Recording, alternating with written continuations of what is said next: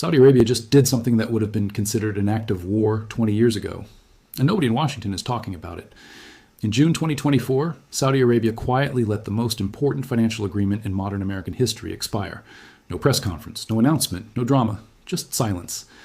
And that silence may cost every single American more than any war, any recession, or any stock market crash ever has. This is not a theory. This is not speculation. This is happening right now. And by the end of this video, you will understand exactly what is being lost, why it matters to your wallet, your savings, and your country's future, and why Donald Trump's moves in the Middle East may be making it irreversibly worse. If you've never heard of the petrodollar, stay right here. This is the most important financial story of your lifetime. Subscribe, drop a comment telling me where you're watching from, and do not leave until the end, because the final piece of this puzzle will genuinely shock you. To understand what's collapsing, you first need to understand what was built. In June 2024, the 50-year anniversary of the original US-Saudi petrodollar agreement passed, without renewal. Saudi Arabia did not sign again, did not commit, did not even acknowledge it publicly. They simply let it expire. And then they got to work building the alternative. Saudi Arabia has since constructed technical infrastructure for WAN-based oil settlement. They completed a $7 billion currency swap agreement directly with China. They joined the BRICS digital payment platform, a system specifically designed to process oil transactions outside of the US dollar, which by late 2025 had already processed over $55 billion in transactions. And Saudi Arabia joined the BRICS economic bloc in 2024, sitting in the same bloc as China, Russia, and Iran. Let that sink in. America's most critical oil partner, the country whose cooperation literally built the financial architecture of the modern world, is now building exit ramps from the dollar. Not abandoning it completely yet, but building the infrastructure to leave whenever they choose. Why? Because the economics shifted. China is now Saudi Arabia's largest oil customer, not the United States. When your biggest buyer pays in yuan, and you've built a system that can handle yuan settlement, the question is no longer if you move away from the dollar. The question is when. It's 1974. America is in crisis. The gold standard is gone. Richard Nixon killed it in 1971. The dollar is floating with nothing backing it. Inflation is out of control. The Arab oil embargo of 1973 nearly broke the Western economy. America needed a solution, and fast. So the United States Secretary of State, Henry Kissinger, flew to Riyadh and made a deal with the Saudi royal family that would reshape the entire global financial order. The deal was simple, but genius. Saudi Arabia agrees to sell its oil exclusively in US dollars to every buyer on the planet. In exchange, America provides Saudi Arabia with military protection and weapons. Think about what that one agreement did. Overnight, every single country on Earth that needed oil, and every country needs oil, suddenly needed dollars to buy it. Japan needs oil? Buy dollars first. Germany needs oil? Buy dollars first. China needs oil? Buy dollars first. The entire world became a permanent captive customer for the US dollar. This created what economists call petrodollar recycling. Oil exporting nations received billions in dollars, then parked that money back into US Treasury bonds, effectively lending money back to America at low interest rates. The United States got to run deficits, fund its military, build its infrastructure, and maintain its global dominance, all on the back of this one deal with one country in the desert. For 50 years, this system held. Through the Cold War, through 9/11, through the 2008 financial crisis, the petrodollar survived everything, until now. In June 2024, the 50-year anniversary of the original US-Saudi petrodollar agreement passed, without renewal. Saudi Arabia did not sign again, did not commit, did not even acknowledge it publicly. They simply let it expire, and then they got to work building the alternative. Saudi Arabia has since constructed technical infrastructure for yuan-based oil settlement. They completed a $7 billion currency swap agreement directly with China. They joined the BRICS digital payment platform, a system specifically designed to process oil transactions outside of the US dollar, which by late 2025 had already processed over $55 billion in transactions. And Saudi Arabia joined the BRICS economic bloc in 2024, sitting in the same bloc as China, Russia, and Iran. Let that sink in. America's most critical oil partner, the country whose cooperation literally built the financial architecture of the modern world, is now building exit ramps from the dollar, not abandoning it completely yet, but building the infrastructure to leave whenever they choose. Why? Because the economics shifted. China is now Saudi Arabia's largest oil customer, not the United States. When your biggest buyer pays in yuan, and you've built a system that can handle yuan settlement, the question is no longer if you move away from the dollar. The question is when. Here is where it gets dangerous. Because what Saudi Arabia is doing quietly, Iran is doing loudly. And what Iran is doing right now is directly connected to why your gas prices, your mortgage rates, and the value of your savings are all under threat simultaneously. Stay with me. The Strait of Hormuz is a waterway 21 miles wide at its narrowest point, sitting between Iran and Oman. Through that 21-mile gap, approximately 20% of the entire world's oil supply flows every single day, 18 to 19 million barrels every day. Whoever controls that strait controls the global energy market. Right now, Iran controls that strait, and they know it. Following the 2026 U.S.-Israel military conflict with Iran, Tehran, despite losing senior leadership and absorbing enormous military strikes, has effectively held the global economy hostage through Hormuz. The International Energy Agency has called the current situation the largest energy supply disruption in the history of the global oil market. Brent crude surged to $103 a barrel when Trump threatened a blockade. Iran is still standing, still operating, now collecting a $2 million toll from every ship that wants to pass through safely. But here's the part that should alarm every American watching this. Iran is not just charging a toll in dollars. They are conditioning passage and oil sales on payment in Chinese yuan. For the first time in history, a petro-yuan corridor is operational at the world's most critical energy choke point. This is not symbolic. This is structural. Because once the precedent exists, that oil passes through Hormuz in yuan, that precedent does not disappear when the war ends. It becomes the new normal. The dollar's share of global foreign exchange reserves has fallen from 71% in 1999 to roughly 57% today, its lowest level since 1994, according to IMF data. That is a 14 percentage point collapse over 25 years, and the pace is accelerating. Central banks around the world purchased 1,237 tons of gold in 2025 alone, the third consecutive year above 1,000 tons. The previous average from 2010 to 2021 was 473 tons annually. They are not buying gold because they trust the dollar. They're buying gold because they are preparing for a world where the dollar is no longer the automatic answer. BRICS nations, which now represent over 45% of global oil production, collectively hold over 6,000 tons of gold. Russia has 2,136 tons. China has 2,298 tons. They are not building gold reserves for decoration. They are building the foundation of an alternative financial system. So here's where we are. The Petrodollar deal expired. Saudi Arabia is building yuan infrastructure. Iran is charging yuan tolls at the world's most critical oil choke point. Central banks globally are dumping dollars and buying gold at the fastest pace since World War I. And the dollar's share of global reserves is at a 30-year low. This is the setup. This is the foundation cracking.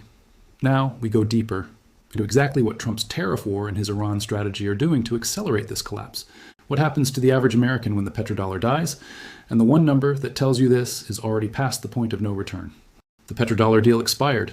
Saudi Arabia is building yuan infrastructure. Iran is running a live petro-yuan corridor at the Strait of Hormuz.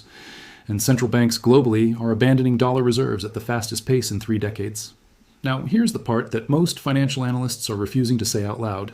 Donald Trump, the man who campaigned on making America powerful again, may be the single biggest accelerant to the petrodollar's collapse. Not because he wants it to collapse, but because every major policy decision he has made since returning to office is systematically destroying the two things that kept the petrodollar alive for 50 years: trust in the dollar as a neutral currency, and America's credibility as a reliable financial partner. This is not political commentary. This is financial analysis. And the numbers do not lie. When Trump launched his tariff campaign in 2025, the stated goal was simple: protect American industry, punish China, bring manufacturing home. The logic was straightforward. The execution became a financial catastrophe. Here's what actually happened. Trump's tariff policy has been described by economists as the largest American tax increase as a percentage of GDP since 1993. The average American household is absorbing an additional $1,500 in costs in 2026 alone, directly from tariff-driven price increases on imported goods. That is not a Wall Street problem. That is a kitchen table problem. That is your grocery bill, your electronics, your clothing, your car parts. But the deeper damage is not domestic. The deeper damage is what the tariff war signaled to the rest of the world. When America weaponized the dollar through tariffs, sanctions, and trade restrictions, threatening 50% tariffs on any country that trades with Iran, threatening 100% tariffs on China, freezing Russian central bank reserves of $300 billion in 2022, every government on earth received the same message simultaneously. The dollar is not a neutral reserve currency. It is a political weapon. And if Washington decides it does not like your foreign policy, your dollar-denominated reserves can be frozen, seized, or sanctioned overnight. That realization changed everything. Before we go further, think about what a reserve currency actually means for ordinary Americans, because most people hear reserve currency status and think it is an abstract concept for economists and central bankers. It is not abstract. It is the reason America has been able to borrow trillions of dollars at low interest rates for decades. It is the reason the United States can run enormous budget deficits without immediately triggering a currency crisis. It is the reason your mortgage rate, your credit card rate, and the interest on your car loan are all directly connected to global demand for the dollar.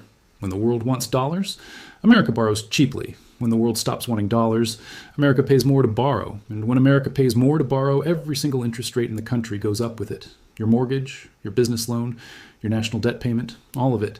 This is why the petrodollar was never just about oil. It was about the entire cost structure of the American economy. Now, let us talk about Iran specifically, because the 2026 military conflict has created a situation that is genuinely without precedent in the history of the global oil market. Trump threatened to blockade the Strait of Hormuz. When that threat landed, Brent crude immediately surged 8% in a single night to $103 a barrel. The stock market dropped nearly 3% in the same session. That is how sensitive global markets are to this one waterway. Iran's response was not to back down. Iran's supreme leader is dead. Its military infrastructure has been heavily degraded.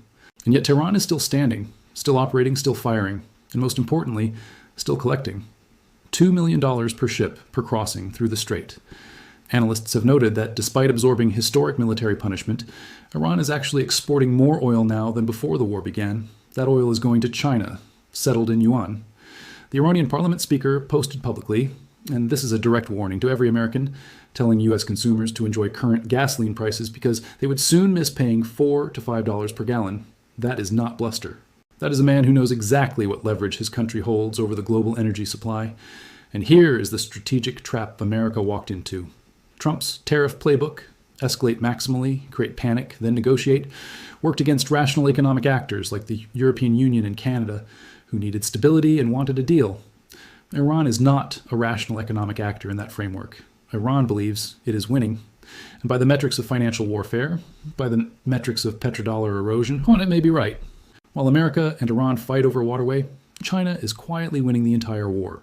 China is now the world's largest oil importer, purchasing 11.55 million barrels per day in 2025. It is Saudi Arabia's largest oil customer. It buys over 80% of Iran's oil exports, all settled in yuan. It posted a record trade surplus of $1.189 trillion in 2025, and it has built the financial infrastructure to process all of this entirely outside the dollar system.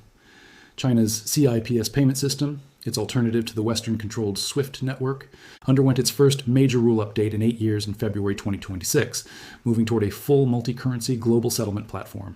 The mBridge digital payment system, which China helped build and which Saudi Arabia joined, processed over $55 billion in transactions by late 2025.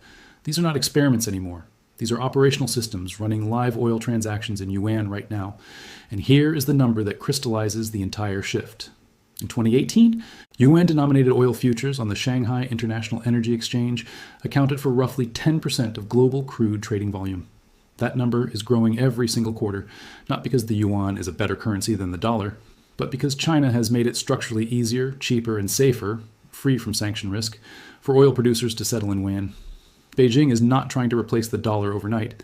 That is a crucial distinction most analysts miss. China's goal is not yuan dominance. China's goal is dollar independence, for itself and for every country that fears American financial coercion. That is a much more achievable and much more dangerous goal, because you do not need to replace the dollar to destroy its dominance. You only need to build enough parallel infrastructure that the dollar becomes optional rather than mandatory. And that infrastructure now exists. There is one more data point that sophisticated institutional investors watch very closely, and that mainstream financial media almost never discusses honestly.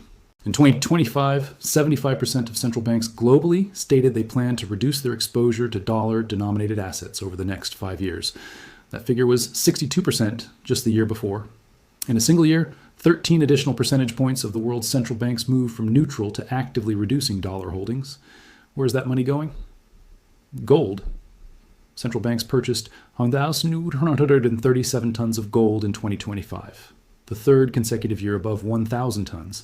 The previous decade average was 473 tons annually. BRICS nations now hold 17.4% of global gold reserves, up from 11.2% in 2019. Russia holds 2,236 tons. China holds 2,298 tons. Here is why this matters beyond the gold price.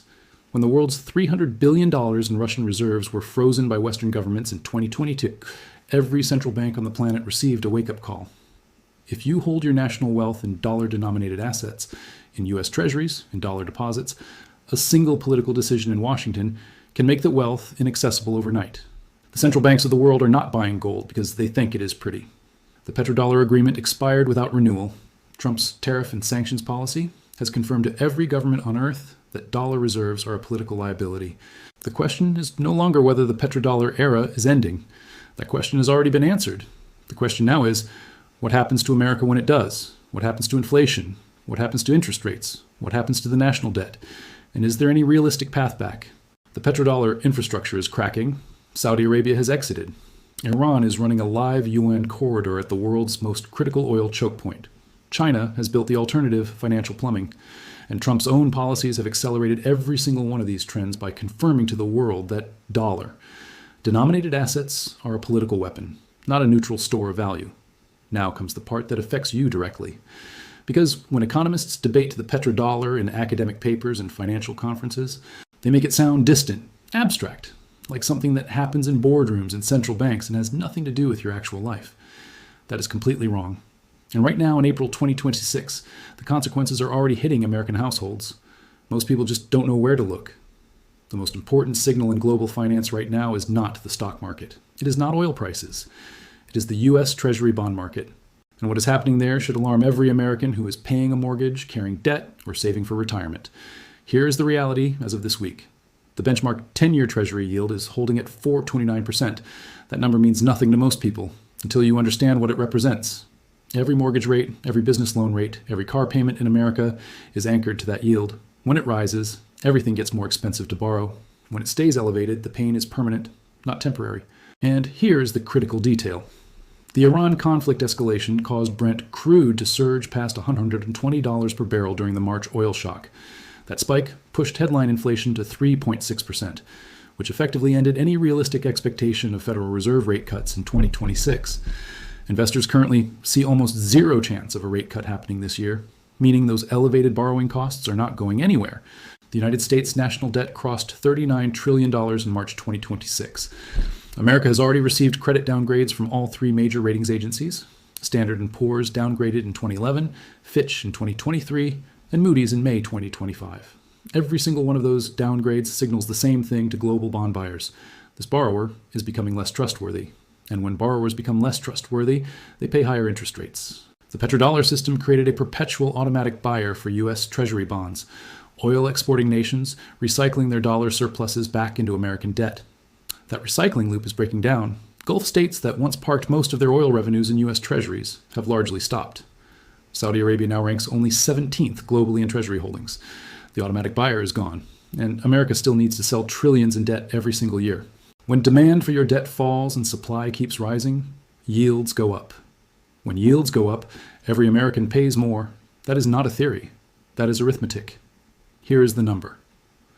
Paul Craig Roberts, former U.S. Assistant Secretary of the Treasury for Economic Policy under Ronald Reagan, stated directly that if the petrodollar fully collapses, Americans face massive austerity, not a recession, not a correction.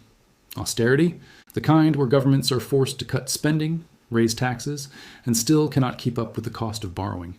That assessment is not from a fringe economist. That is from a man who sat inside the U.S. Treasury and understood exactly how the entire architecture was built. The petrodollar did not just lower oil prices, it lowered the cost of everything America imported. It subsidized the American standard of living for 50 years.